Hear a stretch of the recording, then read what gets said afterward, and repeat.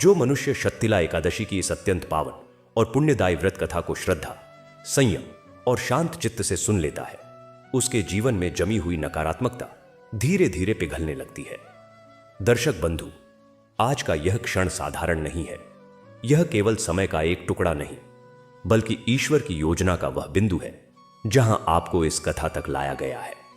आपके चारों ओर का यह शांत वातावरण, मन के भीतर उठती हुई यह गहराई और हृदय में पैदा होती यह जिज्ञासा, यह सब स्वयं भगवान विष्णु की कृपा का संकेत है।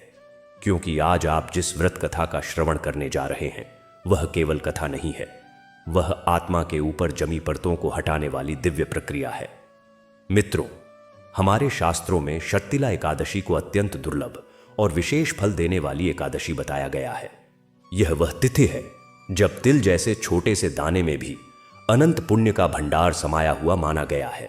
कहते हैं, जिस प्रकार तिल अग्नि में पड़कर और अधिक शुद्ध हो जाता है, उसी प्रकार शक्तिला एकादशी मनुष्य के जीवन में जमे पुराने पापों, रणों और अदृश्य बाधाओं को भस्म कर देती है। और जब यही पावन एकादशी मकर संक्रांति के पवित्र समय के आसपास आती है, तब इसका महत्व कई गुना बढ़ जाता है। दर्शक बंधु, मकर संक्रांति केवल एक पर्व नहीं है, यह परिवर्तन का महापर्व है। यह वह क्षण है जब सूर्य देव उत्तरायण होते हैं और सृष्टि में नई ऊर्जा का संचार होता है। अंधकार से प्रकाश की ओर, जड़ता से गति की ओर और निराशा से आशा की ओर बढ़ने का यह संकेत है। ऐसे ही पवित्र परिवर्तन के समय शक्तिला एकादशी की यह व्रत कथा सुनना मानो भगवान विष्णु के चरणों में अपने जीवन का पूरा लेखा जोखा समर्पित कर देना है। यह वह समय है जब ईश्वर मनुष्य के सच्चे भाव को विशेष रूप से स्वीकार करते हैं। कहा गया है कि मकर संक्रांति के दिन किया गया छोटा सा पुण्य भी अनेक गुना फल देता है। और जब उसी समय शक्तिला एकादशी की व्रत कथा श्रद्धा से सुनी जाती है, तब यह पुण्य केवल इस जन्म तक सीमित नहीं रहता, बल्कि आने वाली पीढ़ियों तक अपना प्रभाव छोड़ता है। तिल का दान, तिल का सेवन, तिल से जुड़ा संयम और यह व्रत कथा सब मिलकर मनुष्य के जीवन में ऐसी शुद्धि लाते हैं जो वर्षों की तपस्या से भी दुर्लभ मानी गई है। दर्शक बंधु, यह व्रत कथा विशेष रूप से उन लोगों के लिए संजीवनी है जिनके जीवन में बार बार रुकावटें आती हैं, जिनकी मेहनत सफल नहीं हो पाती, जिनका मन अशांत रहता है और जिनके घर में सुख आकर भी टिक नहीं पाता।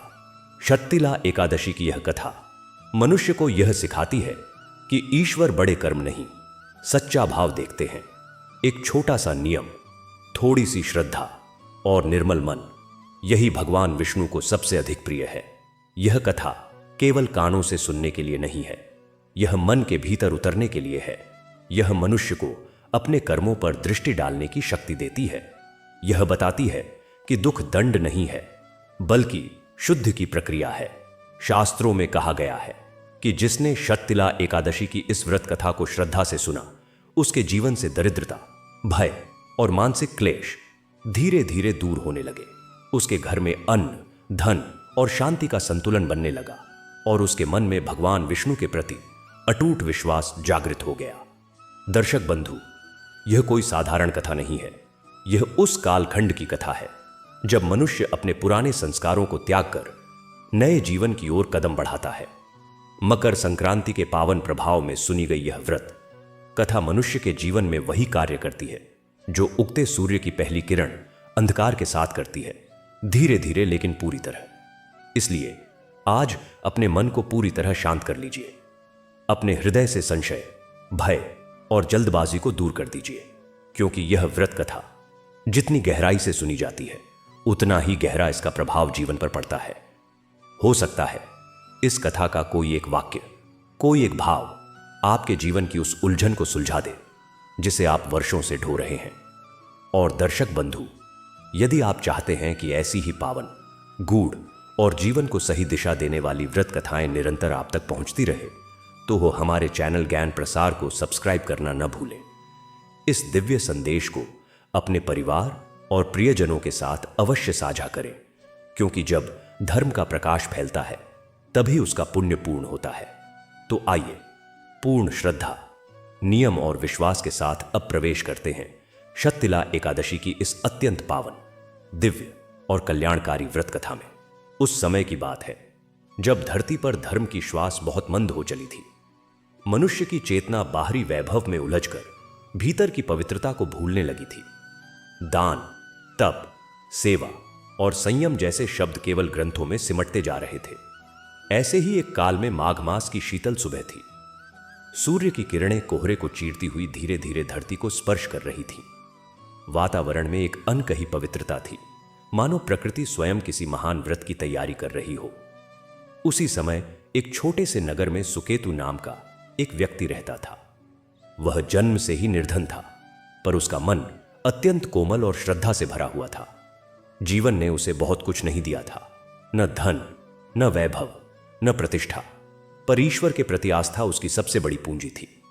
उसकी पत्नी पद्मा भी उसी तरह सरल, धैर्यवान और सेवा भाव से युक्त थी।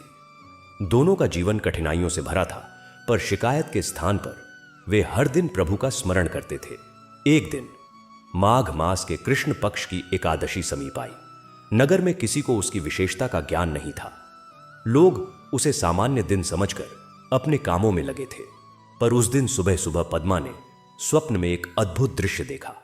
उसने देखा कि एक दिव्य प्रकाश से भरे पुरुष प्रकट हुए, जिनके मुख पर करुणा और तेज दोनों एक साथ झलक रहे थे। उन्होंने कहा, यह एकादशी साधारण नहीं है, यह शततिला एकादशी है। जो इस दिन श्रद्धा से तिल का दान, तिल से स्नान, तिल का भक्षण और तिल से दीपदान करता है, उसके जन्म जन्मांतर के पाप नष्ट हो जाते हैं। नींद खुलते ही पद्मा का हृदय भाव से भर गया। उसने यह स्वप्न अपने पति को सुनाया। सुकेतु के नेत्रों में चमक आ गई, पर अगले ही क्षण उसके चेहरे पर चिंता छा गई। उसने धीमे स्वर में कहा, श्रद्धा तो है, पर हमारे पास है ही क्या? तिल भी इतने महंगे हैं कि हम रोज का भोजन जुटाने में ही कठिनाई झेलते हैं। पद्मा मुस्कुराई। वह मुस्कान गरीबी की विवशता को चुनौती दे रही थी। उसने कहा, यदि मन शुद्ध हो तो थोड़ा सा भी बहुत हो जाता है। प्रभु भाव देखते हैं, भंडार नहीं। उसी क्षण दोनों ने निश्चय किया कि वे अपनी सामर्थ्य के अनुसार इस एकादशी का व्रत करेंगे। एकादशी की सुबह दोनों ने ठंडे जल में थोड़े से तिल डालकर स्नान किया। तन तो ठिठुर गया, पर मन में एक अलौकिक शांति उतर आई। घर में जितने तिल थे उन्हें बड़े प्रेम से छांटकर पद्मा ने थोड़े से तिल भगवान को अर्पित किए। थोड़े से तिल से दीप जलाया और शेष तिलों को प्रसाद रूप में ग्रहण किया। न कोई दिखावा था, न कोई बड़ा आयोजन, बस एक गहरी श्रद्धा थी जो मौन होकर भी आकाश तक पहुंच रही थी। उस दिन सुकेतु और पद्मा ने भूख को नहीं, बल्कि लोभ को त्यागा। उन्होंने देखा कि आसपास ऐसे लोग हैं जो उनसे भी अधिक अभाव में हैं। उन्होंने अपने हिस्से का थोड़ा सा तिल और थोड़ा सा अन्न उन जरूरतमंदों में बांट दिया। दान देते समय उनके मन में यह भाव नहीं था कि इससे उन्हें कुछ मिलेगा, बल्कि यह संतोष था कि आज का दिन व्यर्थ नहीं गया। रात्रि में जब दीपक की लौ धीरे धीरे कांप रही थी, उसी प्रकाश में दोनों ने भगवान विष्णु का स्मरण किया। पद्मा की आंखों से अश्रु बह निकले। वे अश्रु दुख के नहीं, कृतज्ञता के थे। उसे लगा जैसे उसका सारा जीवन उसी क्षण सार्थक हो गया हो। उसी रात्रि स्वर्गलोक में एक अद्भुत दृश्य घटित हुआ। भगवान विष्णु ने लक्ष्मी जी से कहा, आज धरती पर शततिला एकादशी का व्रत किसी बड़े राजा ने नहीं, बल्कि एक निर्धन दंपति ने सच्चे भाव से किया है। उनका तिलदान मेरे लिए स्वर्ण से भी मूल्यवान है। लक्ष्मी जी ने करुणा भरी दृष्टि से धरती की ओर देखा। कुछ ही समय में सुकेतु और पद्मा के जीवन में परिवर्तन आने लगा। कोई चमत्कारिक धन वर्षा नहीं हुई, पर उनके जीवन की दिशा बदल गई। सुकेतु को ऐसा कार्य मिला जिससे घर की आवश्यकताएं सहज पूरी होने लगी। पद्मा का स्वास्थ्य सुधर गया। सबसे बड़ी बात यह थी कि दोनों के मन में जो संतोष और शांति थी, वह किसी राजमहल में भी दुर्लभ थी। यह कथा यहीं समाप्त नहीं होती। जब नगर के लोगों ने देखा कि सुकेतु और पद्मा के जीवन में एक अद्भुत प्रसन्नता और संतोष है, तो उनके मन में जिज्ञासा जागी। वे सुकेतु के पास आए और पूछने लगे कि उनके जीवन में यह परिवर्तन कैसे आया। सुकेतु ने विनम्रता से कहा, भाइयों, यह कोई चमत्कार नहीं है, यह तो केवल भगवान विष्णु की कृपा है। हमने केवल शततिला एकादशी का व्रत श्रद्धा से किया था। लोगों ने कहा, लेकिन हमने भी तो कई बार एकादशी का व्रत किया है, पर ऐसी शांति तो नहीं मिली। तब पद्मा ने धीरे से कहा, शायद व्रत के साथ भाव का मेल नहीं था। हमने व्रत किया था, लेकिन उस दिन हमने अपने हृदय से लोभ, ईर्ष्या और शिकायत को भी दान कर दिया था। जब तक मन के तिल नहीं दान किए जाते, शरीर के तिल से क्या होगा? यह सुनकर लोग चकित रह गए।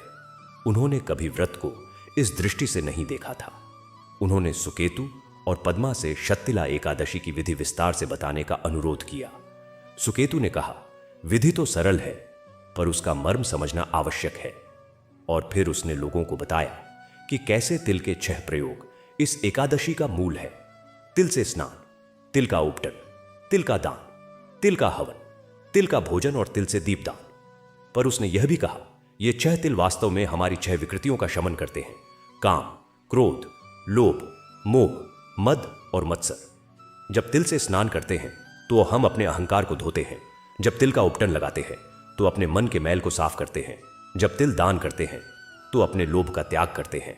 जब तिल से हवन करते हैं तो अपनी वासनाओं को भस्म करते हैं। जब तिल का भोजन करते हैं तो संतोष रूपी अन्न ग्रहण करते हैं। और जब तिल से दीप जलाते हैं तो अपने अंदर ज्ञान का प्रकाश फैलाते हैं। लोग हैरान थे। उन्होंने कहा, सुकेतु, तुम्हें यह गहरा ज्ञान कहां से मिला? सुकेतु ने नम्रता से कहा, ज्ञान नहीं, केवल अनुभव है। जब हमने सच्चे मन से व्रत किया तो भगवान की कृपा से यह समझ अपने आप हृदय में उतर आई। इसके बाद नगर में एक नया चमत्कार हुआ। लोगों ने केवल रीति रिवाज के लिए नहीं, बल्कि भाव के साथ एकादशी का व्रत करना शुरू किया। धीरे धीरे पूरे नगर का वातावरण बदलने लगा। झगड़े कम हुए, लोगों में एक दूसरे के प्रति सहानुभूति बढ़ी और एक अद्भुत शांति ने नगर को अपने आगोश में ले लिया। यह देखकर नगर के राजा को आश्चर्य हुआ। उसने अपने दूतों से इस परिवर्तन का कारण पूछा। दूतों ने सुकेतु और पद्मा की कथा सुनाई। राजा स्वयं एक धर्मात्मा व्यक्ति था, पर उसने भी व्रत को केवल एक कर्मकांड समझा था। उसने सुकेतु और पद्मा को अपने दरबार में बुलाया। जब वे दरबार में पहुंचे तो राजा ने देखा कि इन निर्धन वस्त्रों में भी ये दोनों किसी राजा रानी से कम प्रतापी नहीं लग रहे। उनके चेहरे पर एक अद्भुत तेज था, आंखों में एक गहरा शांत सागर था। राजा ने पूछा, सुकेतु, मुझे बताओ, तुम्हारी इस शांति और तेज का रहस्य क्या है? मैं राजा होकर भी इतनी शांति प्राप्त नहीं कर पाया। सुकेतु ने विनम्रता से कहा, महाराज, शांति का राज्य तो भीतर है, बाहर नहीं। हमने केवल भगवान विष्णु की शरण ली और उनकी इच्छा को अपनी इच्छा मान लिया। जब मनुष्य अपनी इच्छाओं का दास होता है तो वह चाहे राजा हो या योगी, शांति उससे दूर रहती है। जब उसने भगवान की इच्छा को स्वीकार कर लिया तो फिर गरीबी भी राज्य लगती है और राज्य भी एक भार। राजा ने गहन विचार किया और फिर पूछा, क्या तुम मुझे और मेरे दरबारियों को शत्तिला एकादशी का व्रत और उसका मर्म समझा सकते हो? सुकेतु और पद्मा ने सहर्ष स्वीकार किया। अगली शत्तिला एकादशी पर पूरे राजमहल में एक भिन्न ही तैयारी हुई। राजा ने धूमधाम से नहीं, बल्कि सादगी से व्रत करने का निश्चय किया। पर उससे पहले सुकेतु ने राजा से कहा, महाराज, व्रत से पहले एक कार्य और आवश्यक है। राजा ने पूछा, क्या? सुकेतु ने कहा, क्षमा याचना। जिस किसी से भी जाने अनजाने में हमारे द्वारा कोई अपराध हुआ हो, उसे क्षमा मांग ले और स्वयं भी सबको क्षमा कर दे, क्योंकि बिना क्षमा के हमारे व्रत का कोई मूल्य नहीं। राजा ने यह बात मान ली। उसने न केवल अपने दरबारियों से, बल्कि अपनी प्रजा से भी, यदि किसी भी तरह से उसने उन्हें दुख पहुंचाया हो तो क्षमा मांगी और स्वयं भी सबको क्षमा कर दिया। इससे पूरे राज्य में एक अद्भुत आनंद और मुक्ति का भाव फैल गया। एकादशी के दिन राजा ने सोने चांदी के पात्रों में तिल रखने के बजाय साधारण मिट्टी के पात्रों में तिल लेकर व्रत का आरंभ किया। उसने महल के स्नानागार में नहीं, बल्कि नगर के सार्वजनिक कुंड में तिल मिले जल से स्नान किया। उसने अपने राज चिन्ह उतार दिए और साधारण वस्त्र पहने। दरबारियों ने भी ऐसा ही किया। सुकेतु और पद्मा ने सबको विधि समझाई। जब राजा ने तिल का दान किया तो उसने अपने खजाने से नहीं, बल्कि अपने निजी भंडार से दान दिया। और दान लेने वालों में वे लोग थे जो वास्तव में अभाव में थे। दिन भर राजा ने भूखा नहीं रहा, बल्कि उसने अपनी इच्छाओं का उपवास किया। उसने संकल्प किया कि आज वह किसी पर क्रोध नहीं करेगा, किसी की निंदा नहीं करेगा, और किसी भी प्रकार का झूठ नहीं बोलेगा। सायंकाल जब दीपदान का समय आया तो राजा ने अपने हाथों से तिल का तेल बनाया और दीपक जलाए। महल के सैकड़ों दीपकों के बजाय उसने केवल एक दीपक जलाया, और वह भी भगवान विष्णु के मंदिर में। रात्रि जागरण के समय राजा ने सुकेतु से कहा, आज मैंने पहली बार अनुभव किया कि व्रत का अर्थ केवल भूखा रहना नहीं है। आज मेरे मन ने जो उपवास किया है वह मेरे शरीर के उपवास से कहीं अधिक महत्वपूर्ण है। सुकेतु मुस्कुराए, महाराज, अब आपने व्रत का सच्चा स्वाद चख लिया है। उस रात जब राजा भगवान विष्णु की भजन में लीन था तो उसे एक दिव्य अनुभव हुआ। उसे लगा जैसे उसका सारा राजपाट, उसका वैभव, उसका अहंकार, सब कुछ एक क्षण में विलीन हो गया है और केवल भगवान का प्रकाश शेष है। उसकी आंखों से अश्रुधारा बह निकली। ये वे अश्रु थे जो वर्षों के संचित अहंकार को बहा ले गए। जब सुबह हुई तो राजा ने स्वयं को पहले से हल्का और प्रसन्न पाया। उसने सुकेतु और पद्मा को अपने पास बुलाया और कहा, तुम दोनों ने मुझे सच्चा धर्म समझाया है। मैं तुम्हें अपने राज्य का मंत्री बनाना चाहता हूं। सुकेतु ने विनम्रता से कहा, महाराज, हम साधारण जन हैं। हमारा कार्य केवल भगवान का स्मरण करना और उनकी कथा सुनाना सुनना है। राजकाज हमारे बस का नहीं, पर यदि आप चाहें तो हम आपके और प्रजा के लिए हमेशा प्रार्थना करते रहेंगे। राजा ने उनकी बात मान ली।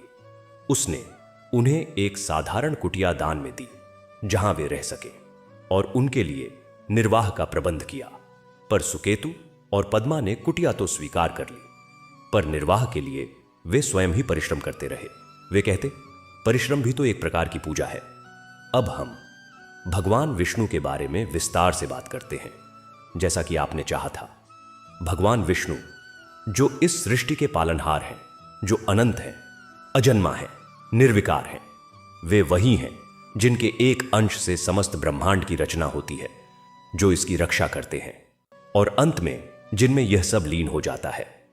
वे श्री हरि हैं जो हरि यानी संसार के दुखों को हर लेते हैं। वे नारायण हैं जो जल में निवास करते हैं, क्योंकि जल ही जीवन का आधार है। वे वासुदेव हैं जो सभी भूतों में वास करते हैं। उनके 4 हाथ हैं जो चारों दिशाओं के, चारों वेदों के और मनुष्य के 4 मुख्य लक्ष्यों धर्म, अर्थ, काम और मोक्ष के प्रतीक हैं। एक हाथ में शंख है जो आध्यात्मिक ध्वनि ओम का प्रतिनिधित्व करता है, जो अज्ञान के अंधकार को मिटा देता है। दूसरे हाथ में सुदर्शन चक्र है जो समय का प्रतीक है, जो निरंतर घूमता रहता है और बुराइयों का नाश करता है। तीसरे हाथ में गदा है जो धर्म की रक्षा के लिए शक्ति का प्रतीक है, और चौथे हाथ में कमल का फूल है जो शुद्धता, सुंदरता और मोक्ष का प्रतीक है। भगवान विष्णु शेषशायी हैं जो क्षीर सागर में शेषनाग की शैया पर विराजमान है। यह शैया हमारी चेतना का प्रतीक है जो अनंत है। क्षीर सागर वह दिव्य स्थान है जहां प्रेम और करुणा का अमृत है। उनकी नाभि से एक कमल निकलता है जिस पर ब्रह्मा जी विराजमान है। यह दर्शाता है कि समस्त सृष्टि उन्हीं से प्रकट होती है। भगवान विष्णु के साथ हमेशा मां लक्ष्मी विराजमान रहती है जो धन, समृद्धि और सौभाग्य की देवी है। पर यह धन केवल भौतिक नहीं बल्कि आध्यात्मिक धन है। वह वैकुंठ में विराजती है जहां कभी अंधकार नहीं होता, कभी दुख नहीं होता। भगवान विष्णु ने अवतार लिए में है मत्स्य, कूर्म, वराह, नृसिंह, वामन, परशुराम, राम, कृष्ण, बुद्ध और कल्कि। ये अवतार केवल कथाएं नहीं हैं, बल्कि ये मनुष्य को जीवन जीने की कला सिखाते हैं। मत्स्य अवतार हमें सिखाता है कि ज्ञान की रक्षा करनी चाहिए। कूर्म अवतार हमें धैर्य और संतुलन सिखाता है। वराह अवतार हमें बताता है कि धर्म की रक्षा के लिए संघर्ष करना चाहिए। नृसिंह अवतार हमें दिखाता है कि भक्त की रक्षा करने के लिए भगवान किसी भी सीमा को लांघ सकते हैं। वामन अवतार हमें विनम्रता सिखाता है। परशुराम अवतार हमें बताता है कि अन्याय के सामने कभी झुकना नहीं चाहिए। राम अवतार हमें आदर्श पुरुष, आदर्श पुत्र, आदर्श राजा और आदर्श पति बनना सिखाता है। कृष्ण अवतार हमें प्रेम, करुणा, निष्काम कर्म और जीवन के प्रति एक रसमय दृष्टिकोण सिखाता है। बुद्ध अवतार हमें अहिंसा और करुणा का पाठ पढ़ाता है। और कल्कि अवतार हमें आशा देता है कि अंत में सदा सत्य की ही जीत होती है। भगवान विष्णु की भक्ति का मार्ग सरल है, श्रद्धा और प्रेम। वे कहते हैं, जो भी मुझे एक पत्ता, एक फूल, एक फल या थोड़ा सा जल श्रद्धा से अर्पित करता है, मैं उसे प्रसन्नता से स्वीकार करता हूं। उनके लिए भाव की महत्ता है, भंडार की नहीं। वे भक्त के हृदय में निवास करते हैं। जब भक्ति का भाव जागता है तो वे तुरंत प्रकट हो जाते हैं। वे अपने भक्तों के भार को स्वयं वहन करते हैं। भगवान विष्णु की कथा अनंत है, जैसे वे स्वयं अनंत हैं। उनकी लीलाएं अद्भुत हैं, पर उनका सार सरल है, प्रेम। वे चाहते हैं कि मनुष्य प्रेम से रहे, धर्म से रहे और अंत में उन्हीं में लीन हो जाए। अब हम कथा में वापस आते हैं। सुकेतु और पद्मा की ख्याति दूर दूर तक फैल गई। लोग उनसे आशीर्वाद लेने आते थे, पर वे कहते, हम तो स्वयं भिखारी हैं, हमारे पास देने के लिए केवल भगवान का नाम है। और वे लोगों को भगवान विष्णु के नाम का महिमा मंडल सुनाते। एक दिन एक युवक उनके पास आया। वह बहुत दुखी था। उसने कहा, मेरे पिता का देहांत हो गया है। वे बहुत अच्छे व्यक्ति थे, पर मुझे डर है कि कहीं उन्हें मुक्ति न मिल पाई हो। मैं क्या करूं? सुकेतु ने उसे शांत करते हुए कहा, पुत्र, मृत्यु तो शरीर की होती है, आत्मा की नहीं। तुम्हारे पिता की आत्मा अमर है। यदि तुम चाहते हो कि उनकी आत्मा को शांति मिले तो शत्तिला एकादशी का व्रत करो और उसका फल उन्हें अर्पित करो। भगवान विष्णु की कृपा से उन्हें मुक्ति मिल जाएगी। युवक ने पूछा, लेकिन अगली एकादशी तो बहुत दूर है। पद्मा ने कहा, भगवान के लिए कुछ भी दूर नहीं है। तुम आज से ही भगवान विष्णु का नाम लेना शुरू कर दो। नारायण नाम का जप करो। यह नाम स्वयं भगवान है। इस नाम के उच्चारण मात्र से पाप नष्ट हो जाते हैं और आत्मा को शांति मिलती है। युवक ने विश्वास से यह नाम जपना शुरू किया। कुछ ही दिनों में उसके मन की उद्विग्नता शांत हो गई। उसे स्वप्न में अपने पिता को दिव्य रूप में देखा, जो प्रसन्न थे और उसे आशीर्वाद दे रहे थे। युवक की आस्था दृढ़ हो गई और वह सुकेतु पद्मा का निरंतर साथी बन गया। समय बीतता गया। सुकेतु और पद्मा वृद्ध होने लगे, पर उनकी श्रद्धा और प्रेम में कोई कमी नहीं आई। वे अब भी प्रतिदिन सुबह उठकर भगवान का स्मरण करते, तुलसी के पौधे को जल चढ़ाते और गरीबों में थोड़ा सा भोजन बांटते। एक दिन माघ मास की फिर से शत्तिला एकादशी आई। सुकेतु और पद्मा ने फिर से व्रत किया। इस बार उनके साथ पूरा नगर था। राजा भी उनके साथ था। सबने मिलकर भगवान विष्णु की आराधना की। रात्रि में जब सभी भजन में लीन थे तो अचानक आकाश में एक दिव्य प्रकाश फैल गया। सभी ने देखा कि आकाश से भगवान विष्णु का एक अद्भुत दर्शन हो रहा है। वे शंख, चक्र, गदा और पद्म धारण किए हुए थे। उनके मुख पर अपार करुणा और प्रेम था। उन्होंने कहा, सुकेतु, पद्मा, तुम्हारी श्रद्धा और प्रेम ने मुझे प्रसन्न किया है। तुमने निस्वार्थ भाव से मेरी भक्ति की और दूसरों को भी मेरे मार्ग पर चलाया। मैं तुम्हें वरदान देता हूं कि आज से तुम दोनों मेरे धाम वैकुंठ में निवास करोगे। सुकेतु और पद्मा ने हाथ जोड़कर कहा, प्रभु, हमें वैकुंठ नहीं चाहिए, हमें तो केवल आपका सानिध्य चाहिए। यदि आप हम पर प्रसन्न हैं तो इस नगर और इस धरती पर सदा अपनी कृपा बनाए रखना। हम यहीं रहकर आपका नाम गाते रहें। भगवान विष्णु मुस्कुराए, तथास्तु, और फिर वे अंतर्ध्यान हो गए। पर उसके बाद से सुकेतु और पद्मा की कुटिया से सदैव भजन की ध्वनि आने लगी। लोग उनके दर्शन को आते और शांति प्राप्त करते। एक दिन बहुत वर्षों बाद लोगों ने देखा कि सुकेतु और पद्मा की कुटिया से भजन की आवाज आनी बंद हो गई। जब लोग अंदर गए तो देखा कि वे दोनों एक साथ भगवान विष्णु की मूर्ति के सामने हाथ जोड़े, आंखें बंद किए, शांत मुद्रा में बैठे हैं। उनके शरीर से एक दिव्य प्रकाश निकल रहा था। उनका शरीर तो वहीं था, पर प्राण वैकुंठ चले गए थे। लोगों ने उनका अंतिम संस्कार किया। आश्चर्य की बात यह थी कि जब उनकी चिता जलाई गई तो उसमें से तिलों की सुगंध आने लगी। उस स्थान पर बाद में एक मंदिर बनाया गया, जिसे शत्तिला एकादशी मंदिर के नाम से जाना जाता है। आज भी वहां हर साल शत्तिला एकादशी को एक बड़ा मेला लगता है और लोग सुकेतु पद्मा की कथा सुनते हैं और भगवान विष्णु की कृपा प्राप्त करते हैं। और इस कथा का सार यह है कि भगवान के लिए धन दौलत नहीं, श्रद्धा चाहिए। छोटा सा तिल भी यदि श्रद्धा से अर्पित किया जाए तो भगवान के लिए स्वर्ण से भी मूल्यवान हो जाता है। वे भाव के भूखे हैं, भंडार के नहीं। जो व्यक्ति निस्वार्थ भाव से दान करता है, व्रत करता है और दूसरों का भला करता है, उस पर भगवान विष्णु की कृपा सदैव बनी रहती है।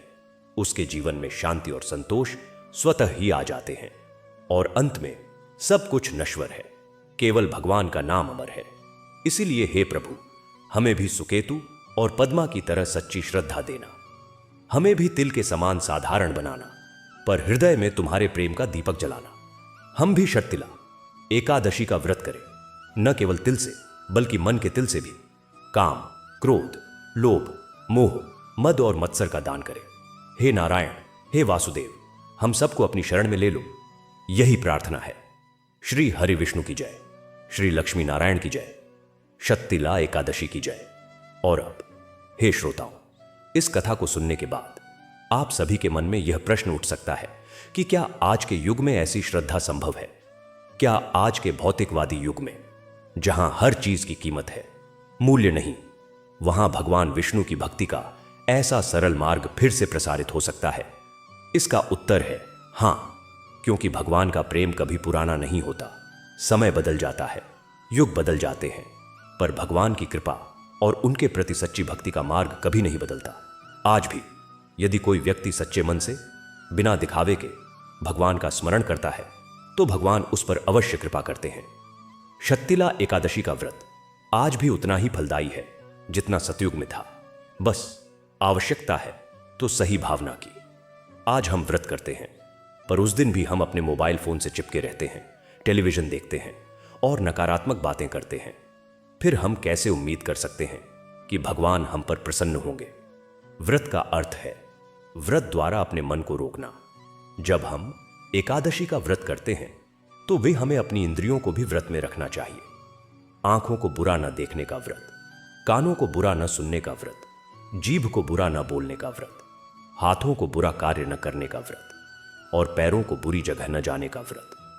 यही है सच्चा षट्तिला एकादशी व्रत। जब हम तिल से स्नान करते हैं तो यह संकल्प करें कि हम अपने अंदर के अहंकार को धो डालेंगे। जब तिल का उपटन लगाते हैं तो यह प्रार्थना करें कि हमारे मन का सारा मैल साफ हो जाए। जब तिल दान करते हैं तो यह भाव रखें कि हम अपना लोभ दान कर रहे हैं। जब तिल से हवन करते हैं तो यह मंत्र दोहराएं कि हमारी सारी वासनाएं इस अग्नि में भस्म हो जाए। जब तिल का भोजन करते हैं तो यह स्मरण करें कि हम संतोष रूपी अन्न ग्रहण कर रहे हैं। और जब तिल से दीप जलाते हैं तो यह प्रार्थना करें कि हमारे अंदर ज्ञान का प्रकाश जले। यदि ऐसा करेंगे तो निश्चित रूप से भगवान विष्णु की कृपा प्राप्त होगी। और हे प्रभु, हमें यह बुद्धि देना कि हम इस कथा से सीख ले सकें। हमें सुकेतु और पद्मा की तरह सरल बनाना, हमें उनकी तरह निस्वार्थ भाव से दान करने की शक्ति देना, हमें उनकी तरह संतोषी बनाना और अंत में हमें तुम्हारे चरणों में स्थान देना। श्री कृष्ण गोविंद हरे मुरारी, हे नाथ नारायण वासुदेवा। और अब इस कथा के माध्यम से मैं आप सभी से एक विनम्र निवेदन करता हूं कि इस कथा को केवल कथा के रूप में न लें, इसे अपने जीवन में उतारने का प्रयास करें। अगली षट्तिला एकादशी पर थोड़े से तिल लेकर सच्चे मन से व्रत करें। देखिएगा, आपके जीवन में एक अद्भुत परिवर्तन आएगा। नहीं, हो सकता है कि आप अमीर न बन जाए, लेकिन आपके मन में जो शांति आएगी वह किसी भी धन से बड़ी है। और याद रखिए, भगवान विष्णु सदैव आपके साथ हैं। बस आप उन्हें अपने हृदय में बुला लीजिए, वे अवश्य आएंगे। और अब कथा को विस्तार देते हुए मैं आपको भगवान विष्णु के एक और पहलू के बारे में बताता हूं, उनकी मधुर लीलाएं। भगवान विष्णु जब कृष्ण अवतार में थे तो उन्होंने कितनी ही मधुर लीलाएं की। उन्होंने गोपियों के साथ रासलीला की, उन्होंने अपने मित्रों के साथ खेल कूद किए, उन्होंने दुष्टों का संहार किया और भक्तों का उद्धार किया। पर इन सब लीलाओं का एक ही उद्देश्य था, प्रेम का प्रसार। भगवान कृष्ण ने गीता में कहा है, सर्वधर्मान परित्यज्य माम एकम शरणम व्रज, अहम त्वां सर्व पापेभ्यो मोक्षयिष्यामि मा शुच। अर्थात सभी धर्मों का परित्याग करके केवल मेरी शरण में आ जाओ, मैं तुम्हें सब पापों से मुक्त कर दूंगा, तुम शोक मत करो। यही है भगवान विष्णु का संदेश। वे चाहते हैं कि हम सब उनकी शरण में आ जाएं। वे हमारे सारे भार को स्वयं वहन कर लेंगे। और शरणागति का अर्थ है पूर्ण समर्पण। जैसे एक छोटा बच्चा अपनी मां की गोद में पूर्ण विश्वास से सो जाता है, उसे कोई चिंता नहीं होती कि मां उसे छोड़ देगी या नहीं। ठीक वैसे ही हमें भी भगवान विष्णु की गोद में पूर्ण विश्वास के साथ सो जाना चाहिए। हमें यह चिंता नहीं करनी चाहिए कि भगवान हमारी रक्षा करेंगे या नहीं, वे तो करेंगे ही, बस हमें उन पर विश्वास रखना है। सुकेतु और पद्मा ने यही किया। उन्होंने भगवान पर पूर्ण विश्वास किया। उन्होंने यह नहीं सोचा कि हम गरीब हैं, हमारे पास कुछ नहीं है, तो भगवान हमारी पूजा क्यों स्वीकार करेंगे। उन्होंने तो केवल इतना सोचा कि हमारे पास जो कुछ है वह प्रभु को अर्पित करते हैं, और भगवान ने उनकी इसी भावना को स्वीकार किया। इसीलिए हे भक्तों, आप भी अपने जीवन में यही भाव रखिए। आपके पास चाहे कुछ भी हो, थोड़ा हो या बहुत, उसे भगवान को अर्पित कर दीजिए। और जब आप अर्पित करें तो यह भाव रखिए कि सब कुछ तो उन्हीं का है, हम तो केवल उन्हें लौटा रहे हैं। इस भाव से की गई भक्ति सबसे श्रेष्ठ है। और अब कथा को और आगे बढ़ाते हुए मैं आपको बताता हूं कि सुकेतु और पद्मा की इस कथा का प्रभाव केवल उनके नगर तक ही सीमित नहीं रहा। यह कथा धीरे धीरे पूरे देश में फैल गई। दूसरे नगरों के लोग भी इस कथा को सुनाने लगे, को सुनकर प्रभावित हुए और शक्तिला एकादशी का व्रत करने लगे। एक बार एक दूर देश का राजा, जो बहुत ही अहंकारी और नास्तिक था, उसने इस कथा के बारे में सुना। उसने अपने मंत्रियों से कहा, यह क्या बकवास है। तिल से स्नान करने और दान करने से भगवान प्रसन्न हो जाते हैं। यह तो केवल अज्ञानी लोगों को बहकाने का तरीका है। उसके एक मंत्री, जो बुद्धिमान था, ने कहा, महाराज, क्यों ना हम स्वयं जाकर देखें। यदि यह सच है तो हम भी लाभ उठा सकते हैं, यदि झूठ है तो हम उन्हें दंड दे सकते हैं। राजा ने यह बात मान ली। वह अपने दरबारियों के साथ उस नगर में आया जहां सुकेतु और पद्मा की कथा प्रसिद्ध थी। उस समय शक्तिला एकादशी नहीं थी, पर राजा ने नगर के लोगों को बुलाया और कहा, मैंने सुना है कि तुम लोग एकादशी के दिन तिल का दान करते हो और भगवान प्रसन्न होते हैं। मैं तुम्हें एक चुनौती देता हूं। आज ही मैं तुम्हें बहुत सारे तिल दान में दूंगा और तुम लोग उन तिलों से भगवान को प्रसन्न करके दिखाओ। यदि भगवान प्रसन्न हुए और मुझे कोई चिन्ह दिया तो मैं मान जाऊंगा कि तुम्हारा धर्म सच्चा है, अन्यथा मैं तुम सबको दंड दूंगा। लोग डर गए। उन्होंने नगर के बुजुर्गों से सलाह ली। बुजुर्गों ने कहा, हमें भगवान पर विश्वास है, हम यह चुनौती स्वीकार करते हैं। राजा ने बहुत सारे तिल दान में दिए। लोगों ने उन तिलों को लेकर भगवान विष्णु के मंदिर में रख दिया और प्रार्थना करने लगे। पूरा नगर उस दिन उपवास रखकर भगवान का स्मरण करने लगा। राजा हंस रहा था। देखते हैं कि तुम्हारा भगवान क्या करता है। दिन बीत गया, रात हो गई, कुछ नहीं हुआ। राजा ने मंत्री से कहा, देखा, कुछ नहीं हुआ, यह सब झूठ है। मंत्री ने कहा, महाराज, रात अभी बाकी है। आधी रात को अचानक आकाश में बिजली चमकी और एक भयानक आवाज हुई। सब लोग डर गए। फिर एक दिव्य प्रकाश हुआ और भगवान विष्णु प्रकट हुए। उन्होंने राजा से कहा, अहंकारी मनुष्य, तूने मेरी भक्ति का अपमान किया है। तूने मेरे भक्तों को चुनौती दी है। अब देख मैं क्या कर सकता हूं। इतना कहकर भगवान ने अपने सुदर्शन चक्र से राजा के सारे अहंकार को जला दिया। राजा तुरंत नीचे गिर पड़ा और क्षमा मांगने लगा। उसने कहा, प्रभु, मैं अज्ञानी था, मुझे क्षमा करें, मैं अब से आपकी भक्ति करूंगा। भगवान ने कहा, यदि तू सच्चे मन से भक्ति करेगा तो मैं तुझे क्षमा कर दूंगा। और फिर वे अंतर्ध्यान हो गए। राजा बदल गया। उसने न केवल अपने राज्य में शक्तिला एकादशी का व्रत करने का आदेश दिया, बल्कि स्वयं भी हर एकादशी को व्रत करने लगा। उसने सुकेतु और पद्मा के मंदिर का जीर्णोद्धार करवाया और उनकी कथा को अपने राज्य के हर घर तक पहुंचाया। इस प्रकार एक अहंकारी राजा भी भगवान विष्णु की कृपा से साधारण भक्त बन गया। यह है भगवान विष्णु की महिमा। वे किसी को भी कभी भी बदल सकते हैं, बस थोड़ी सी श्रद्धा चाहिए। और अब हे श्रोताओं, मैं इस कथा को और विस्तार देते हुए आपको भगवान विष्णु के 24 अवतारों की कथा सुनाता हूं। भगवान विष्णु के 24 अवतार हैं, जिनमें से 10 प्रमुख हैं, पर सभी अवतार एक ही उद्देश्य से आते हैं, धर्म की स्थापना और अधर्म का नाश। पहले अवतार है श्री सनकादि मुनि। ये चारों मुनि सनक, सनंदन, सनातन और सनत कुमार भगवान विष्णु के मानस पुत्र थे।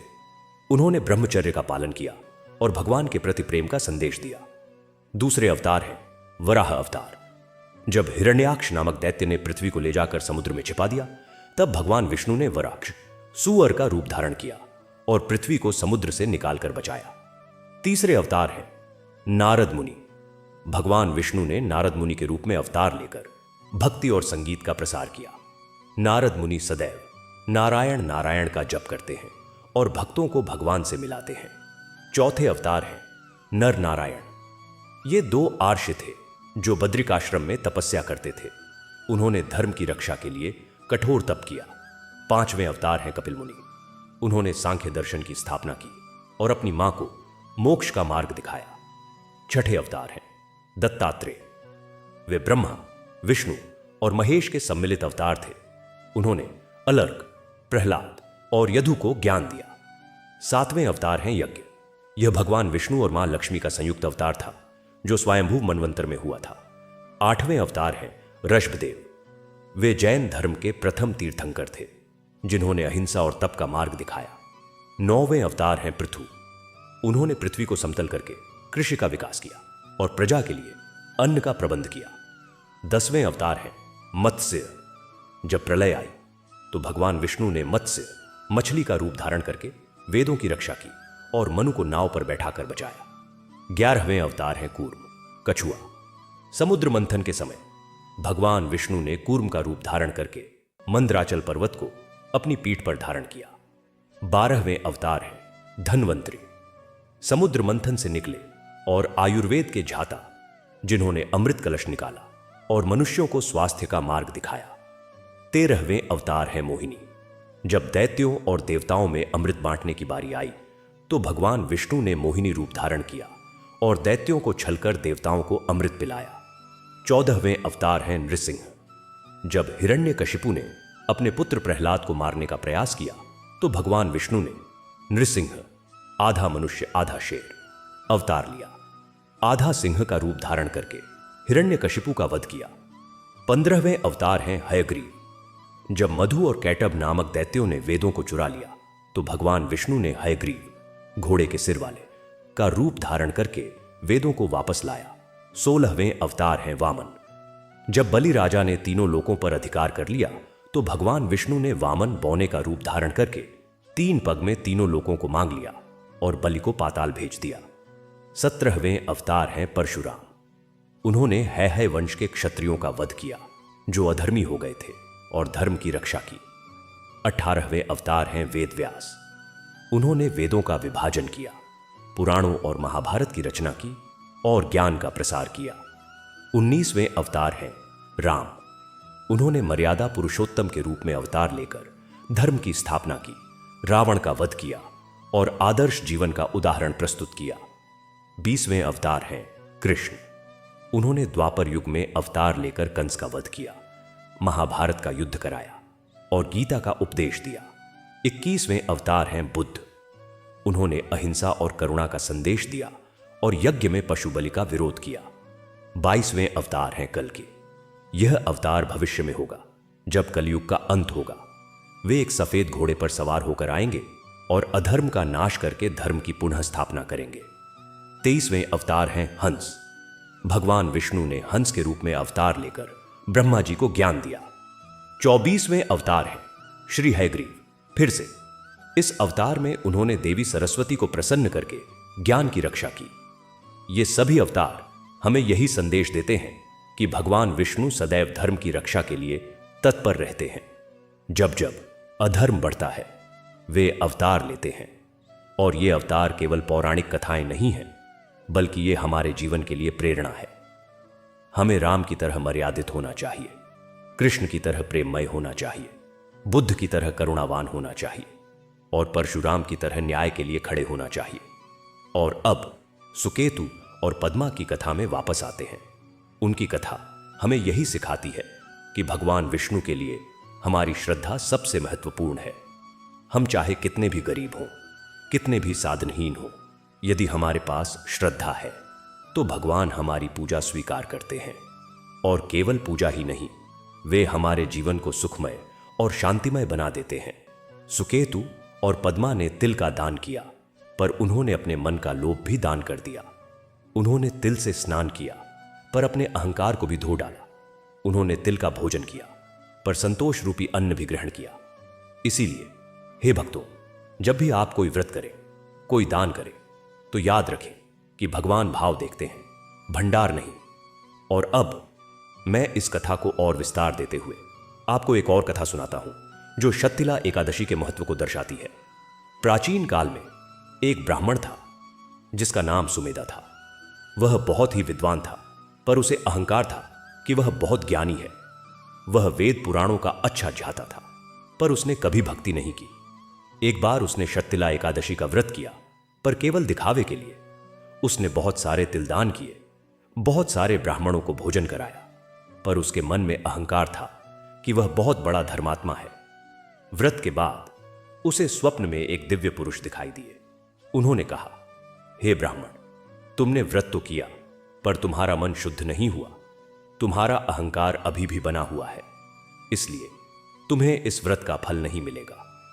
सुमेधा ने पूछा, तो फिर मैं क्या करूं? दिव्य पुरुष ने कहा, तुम सुकेतु और पद्मा के पास जाओ, उनसे सच्ची भक्ति का मार्ग सीखो। सुमेधा उनके पास गया। उसने देखा कि सुकेतु और पद्मा एक साधारण कुटिया में रहते हैं, पर उनके चेहरे पर एक दिव्य तेज है। उसने अपनी समस्या बताई। सुकेतु ने कहा, हे ब्राह्मण देव, ज्ञान तो अच्छा है, पर यदि ज्ञान से अहंकार आ जाए तो वह ज्ञान व्यर्थ है। भगवान के लिए हृदय की पवित्रता चाहिए, ज्ञान की पांडित्य नहीं। तुम व्रत करते हो, पर तुम्हारा मन व्रत में नहीं होता। तुम दान करते हो, पर तुम्हारा मन दान में नहीं होता। तुम्हारा मन तो अपनी प्रशंसा सुनने में होता है। इसलिए पहले अपने अहंकार को त्यागो। सुमेधा ने पूछा, अहंकार को कैसे त्यागूं? पद्मा ने कहा, सेवा करो, निस्वार्थ भाव से दूसरों की सेवा करो। जब तुम दूसरों की सेवा करोगे तो तुम्हारा अहंकार स्वतः ही कम हो जाएगा। और फिर भगवान का नाम जपो, नारायण नाम का जप करो। यह नाम अहंकार को जला देता है। सुमेधा ने यह सलाह मान ली। उसने सेवा करना शुरू किया। वह गरीबों को पढ़ाने लगा, बीमारों की सेवा करने लगा और साथ ही नारायण नाम का जप करने लगा। धीरे धीरे उसका अहंकार कम हो गया। उसने फिर से शत्तिला एकादशी का व्रत किया, इस बार सच्चे मन से। उसने थोड़े से तिल दान किए, पर इस बार उसके मन में कोई अहंकार नहीं था। उस रात उसे फिर से स्वप्न में वही दिव्य पुरुष दिखाई दिए। इस बार वे मुस्कुरा रहे थे। उन्होंने कहा, अब तुम्हारा व्रत सफल हुआ। भगवान विष्णु तुमसे प्रसन्न है। तुम्हें ज्ञान और भक्ति दोनों की प्राप्ति होगी। और ऐसा ही हुआ। सुमेधा एक महान भक्त बन गया। उसने ज्ञान और भक्ति का संगम करके लोगों को उपदेश दिया। उसने कहा, ज्ञान बिना भक्ति के अधूरा है और भक्ति बिना ज्ञान के अधूरी है। दोनों का संतुलन आवश्यक है। इस कथा से हमें यह शिक्षा मिलती है कि भगवान की भक्ति के लिए अहंकार का त्याग आवश्यक है। चाहे हम कितने भी ज्ञानी हो, धनी हो या शक्तिशाली हो, यदि हमारे पास अहंकार है तो भगवान हमारी पूजा स्वीकार नहीं करते। और अब हे श्रोताओं, मैं इस कथा को और विस्तार देते हुए आपको भगवान विष्णु के सहस्त्र नाम के बारे में बताता हूं। भगवान विष्णु के 1000 नाम हैं, जो विष्णु सहस्त्र नाम के नाम से प्रसिद्ध है। इन नामों का पाठ करने से मनुष्य के सभी पाप नष्ट हो जाते हैं और उसे मोक्ष की प्राप्ति होती है। इनमें से कुछ प्रमुख नाम हैं: विष्णु, नारायण, कृष्ण, वासुदेव, ऋषिकेश, केशव, माधव, गोविंद, मुरारी, श्रीधर, त्रिविक्रम, वामन, श्रीपति, पद्मनाभ, अच्युत, अनंत, दामोदर, संकर्षण, प्रद्युम्न, अनिरुद्ध, पुरुषोत्तम, अधोक्षज, नृसिंह, अजित, उपेंद्र, जनार्दन, हरि, चक्रधर, गदाधर, शारंगपाणि, वनमाली, यज्ञेश, यज्ञपुरुष, योगेश्वर, भक्तवत्सल, भगवान, परमात्मा आदि। इन नामों में से प्रत्येक नाम भगवान विष्णु के गुण या लीला का वर्णन करता है। जैसे विष्णु का अर्थ है जो सर्वव्यापी है, नारायण का अर्थ है जो जल में निवास करते हैं, कृष्ण का अर्थ है जो आकर्षक हैं और सभी दुखों को हर लेते हैं, वासुदेव का अर्थ है जो सभी भूतों में वास करते हैं, ऋषिकेश का अर्थ है इंद्रियों के स्वामी, केशव का अर्थ है जिनके केश बाल सुंदर हैं, माधव का अर्थ है मां लक्ष्मी के पति, गोविंद का अर्थ है जो इंद्रियों को वश में करते हैं, मुरारी का अर्थ है मुर नामक दैत्य का वध करने वाले, श्रीधर का अर्थ है मां लक्ष्मी को धारण करने वाले। त्रिविक्रम का अर्थ है जिन्होंने 3 पग में तीनों लोक नाप लिए। वामन का अर्थ है बौने। श्रीपति का अर्थ है मां लक्ष्मी के स्वामी। पद्मनाभ का अर्थ है जिनकी नाभि से कमल निकला। अच्युत का अर्थ है जिसका कोई अंत नहीं, अर्थ है जो कभी नहीं गिरते। अनंत का अर्थ है जिनका कोई अंत नहीं। दामोदर का अर्थ है जिनके पेट पर दाम रस्सी बंधी थी। संकर्षण का अर्थ है जो सब कुछ अपनी ओर खींच लेते हैं। प्रद्युम्न का अर्थ है अत्यंत धनवान। अनिरुद्ध का अर्थ है जिन्हें कोई रोक नहीं सकता। पुरुषोत्तम का अर्थ है सर्वश्रेष्ठ पुरुष। अधोक्षज का अर्थ है जो इंद्रियों द्वारा जाने जाने योग्य नहीं है। नृसिंह का अर्थ है आधा मनुष्य आधा सिंह। अजित का अर्थ है जो अजेय है। उपेंद्र का अर्थ है इंद्र के छोटे भाई। जनार्दन का अर्थ है जो लोगों के दुखों को दूर करते हैं। हरि का अर्थ है जो पापों को हर लेते हैं। चक्रधर का अर्थ है सुदर्शन चक्र धारण करने वाले। गदाधर का अर्थ है गदा धारण करने वाले। शारंग पाणी का अर्थ है जिनके हाथ में शारंग धनुष है। वनमाली का अर्थ है जो वनमाला धारण करते हैं। यज्ञेश का अर्थ है यज्ञों के स्वामी। यज्ञ पुरुष का अर्थ है यज्ञ के रूप में पुरुष।